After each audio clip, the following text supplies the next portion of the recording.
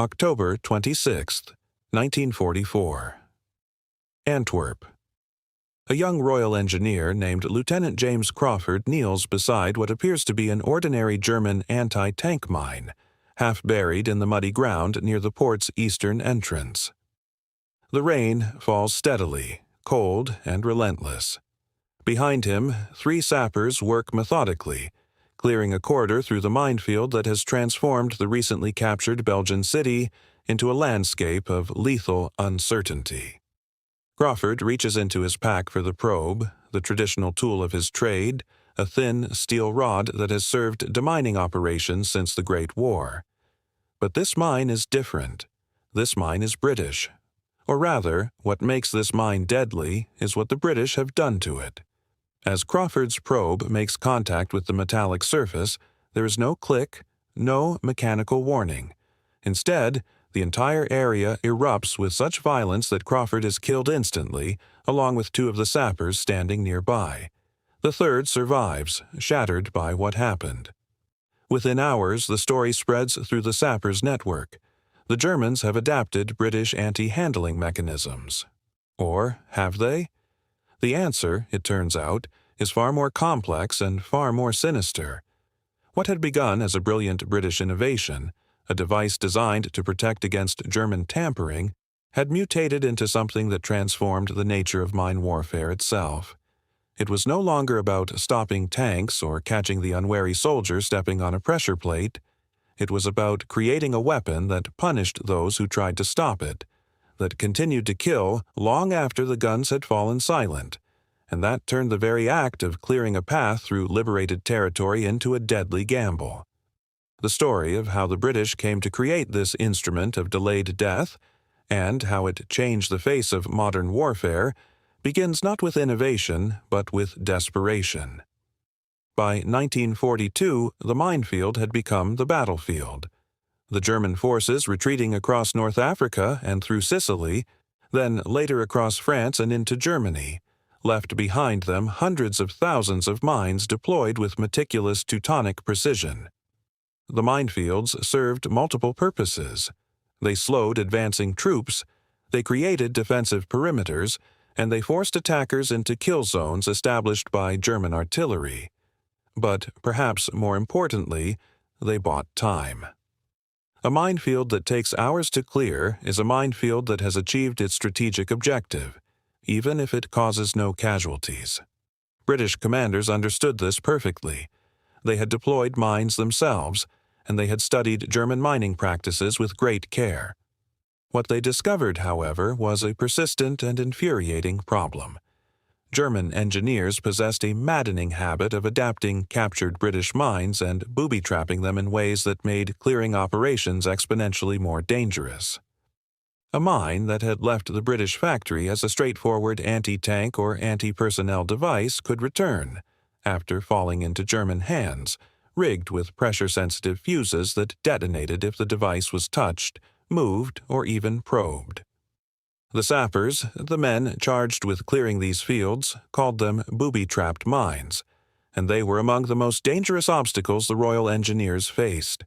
The problem was self-evident. If the Germans could take a British mine and make it more dangerous, the British needed to do the same, but better. They needed to create mines that could not be disarmed by careful probing, devices that punished curiosity and caution in equal measure. They needed weapons that would continue to kill long after the sappers had begun their grim work. The number of demining casualties was mounting at an alarming rate. Official records suggest that between 1943 and 1945, mines and booby traps killed or wounded more British and Allied sappers than any other single obstacle. The exact figures remain classified in many cases, but estimates suggest losses of between 50 and 80 sappers per week during peak clearing operations. Against this backdrop of mounting casualties, British military engineering establishments began developing something new: mines that could not be defeated by conventional demining techniques. The work fell to a relatively unknown but extraordinarily capable team of engineers at the Royal Engineers Research and Development Establishment at Christchurch near Bournemouth, under the direction of Colonel Herbert Kingaby and his technical lead, Major Ernest Swinton. Between them, they had assembled a team of more than 200 civilian and military engineers tasked with developing novel mine designs and anti-handling mechanisms. What they created in the spring of 1943 became known as the anti-handling fuse, though the designation varied depending on the specific application. The fundamental innovation was conceptually elegant, though operationally brutal. Standard mines of the period functioned on a single principle. Pressure on the top surface detonated the explosive charge, or alternatively, lifting the device triggered a fuse that detonated the mine. This meant that a trained sapper, working carefully and methodically, could potentially defeat the mine by approaching it from an unexpected angle, or by carefully removing the top layer of soil without applying pressure. The British innovation created a response mechanism that reacted to tampering itself. A thin metal ring, approximately 15 millimeters, just over half an inch, in diameter, was positioned around the circumference of the mine, roughly 70 millimeters, just under 3 inches, from the top surface. This ring was not merely cosmetic or structural. It was wired to a secondary fuse system contained within the mine's central charge. Should anyone attempt to lift the mine, even minutely, or apply lateral pressure, should they attempt to dig around it, or even should they place a probe directly against the fuse well, the slightest movement would trigger the ring mechanism. The charge that detonated was not the main anti-tank or anti-personnel charge, which would be far too powerful and wasteful in many cases. Instead, it was a smaller but perfectly adequate charge, often 3 to 5 kilograms of explosive, more than sufficient to kill or catastrophically wound anyone within 1.5 meters of the device. The manufacturing process required precision and care. The mines were produced at multiple locations, including the Royal Ordnance Factory at Waltham Abbey in Essex, and at smaller specialist facilities operated by the Royal Engineers themselves. Production figures were modest by the standards of the industrial war effort. Estimates suggest between 8,000 and 12,000 anti-handling equipped mines were produced during the period from 1943 to 1945, though exact figures remain classified, but their strategic significance far outweighed their numbers.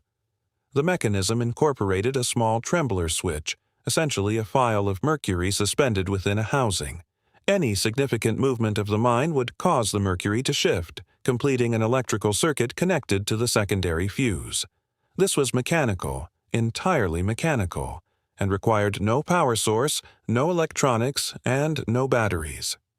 It was, in short, completely reliable, which made it absolutely terrifying to those tasked with clearing it. The completed mines weighed approximately 18 kilograms, 40 pounds, a significant increase over the standard 11-kilogram anti-tank mine, but the additional weight proved no disadvantage. If anything, it made the mines more stable, less likely to shift in the mud, and therefore more reliable in their dreadful purpose.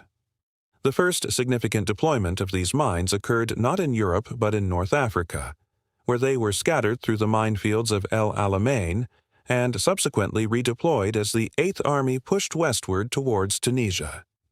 Accounts from German demining operations captured after the war describe the horrified recognition that something fundamental had changed. Sappers reported mines that could not be disarmed, could not be probed, could not be cleared by any conventional method. The psychological impact was immediate and profound.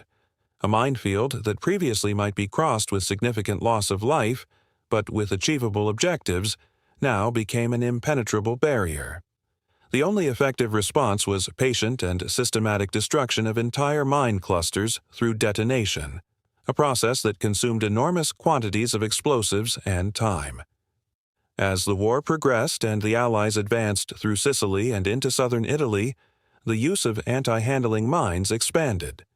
British forces encountered increasing numbers of these devices, both their own deployments and German variations of the concept. The operational reality was grim. In the confined spaces of Italian towns and villages, where minefields were often smaller but more densely packed, the anti-handling fuse proved especially devastating.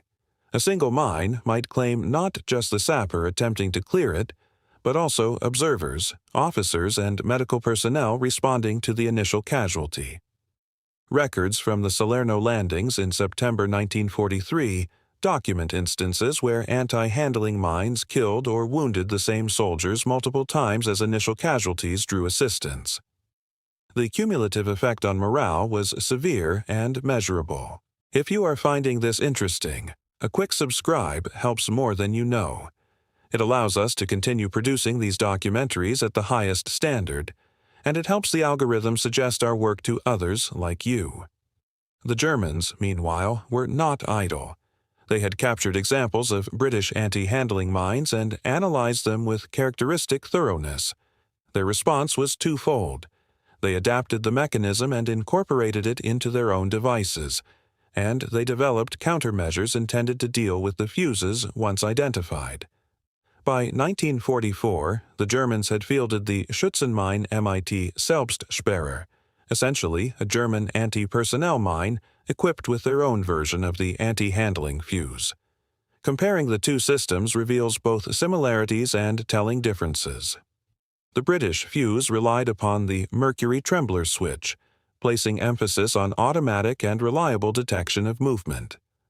The German equivalent used a similar principle but incorporated additional elements designed to resist deliberately gentle handling.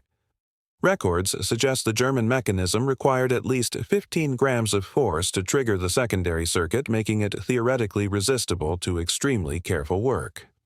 In practice, however, both proved equally deadly. The Americans, when they encountered these systems, responded characteristically by developing a counter-mechanism. The sappers' mine probe, which incorporated a rigid tube designed to probe and detonate anti-handling fuses from a distance of approximately 1 meter. This worked occasionally and improved survival rates incrementally, but it represented a defensive response rather than a true alternative. The British approach remained fundamentally superior in two ways. Firstly, the mechanism was more reliable and less susceptible to failure or circumvention. And secondly, it became the model adopted by multiple Allied forces and ultimately influenced minefield design for decades after the war. The historical impact of anti-handling mines extended far beyond the Second World War itself. What had begun as a response to German adaptation became a foundational principle of modern mine warfare. Every major power subsequently incorporated similar mechanisms into their designs. More troublingly, the psychological reality transformed how soldiers regarded liberated territory. Areas cleared of enemy forces remained fundamentally dangerous. The minefield did not simply mark a defensive line, it became a persistent threat that outlasted the battle itself. Casualty figures from demining operations in North Africa, Sicily, Italy, France, and finally Germany itself suggest that anti-handling mines and their variants killed or wounded approximately 560 British sappers directly between 1943 and 1945, with several hundred more killed by German equivalents or adapted variations. Beyond the immediate military context, the anti-handling fuse established a principle. A defensive weapon could be so constructed that attempting to defeat it became as dangerous as encountering it under combat conditions. This distinction, that clearing becomes as lethal as fighting, defines modern mine warfare to this day. Walking through the carefully preserved minefields at El Alamein, or viewing the engineering drawings archived at the Institution of Royal Engineers, one confronts the stark reality of what innovation meant in this context. The mines worked. They worked exactly as intended.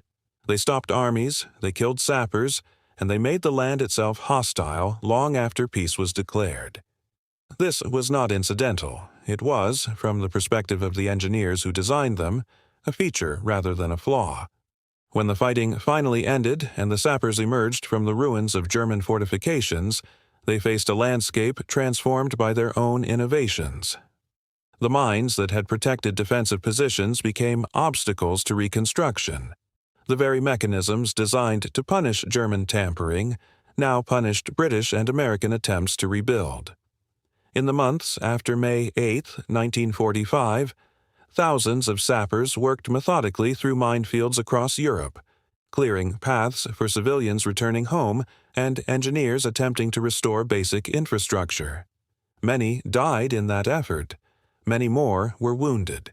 They died clearing mines identical to those they had helped develop, clearing mines indifferent to whether the sappers clearing them were British or German, Allied or enemy.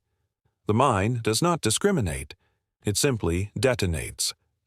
The innovation that had once served military necessity became a lingering hazard that persisted through decades. The specific impact of anti-handling mechanisms proved difficult to measure with precision.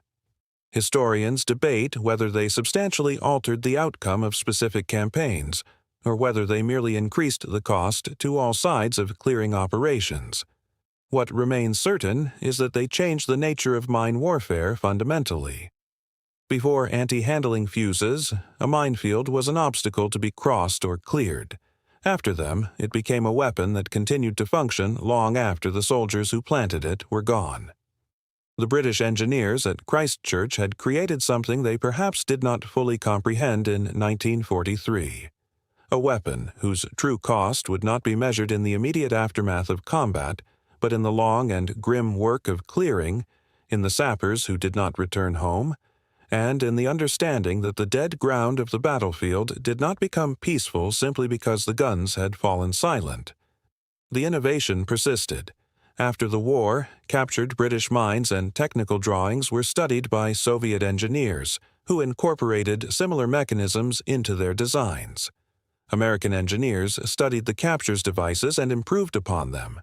The principle that the mine itself should be booby-trapped became standard practice.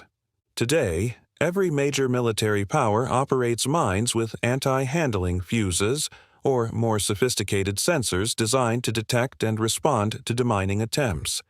The mechanism that seemed revolutionary in 1943 became routine by 1960. The dead still echo the innovation in fields across Europe, Asia, and Africa. The mines do not care whether the war is called finished. They simply wait, patient and precise, for the next hand that reaches to remove them.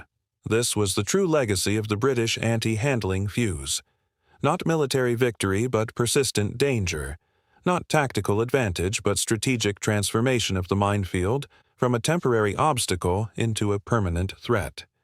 The engineer's hand that designed the trembler switch, the foundry worker who cast the metal ring, the sappers who planted the mines, all contributed to a legacy that persists today in hospitals and prosthetics clinics, in treaties negotiated to restrict their use, and in the careful work of demining operations that continue more than 80 years after the device was first conceived. The mines kept exploding long after the battles ended, because that was precisely what they were designed to do.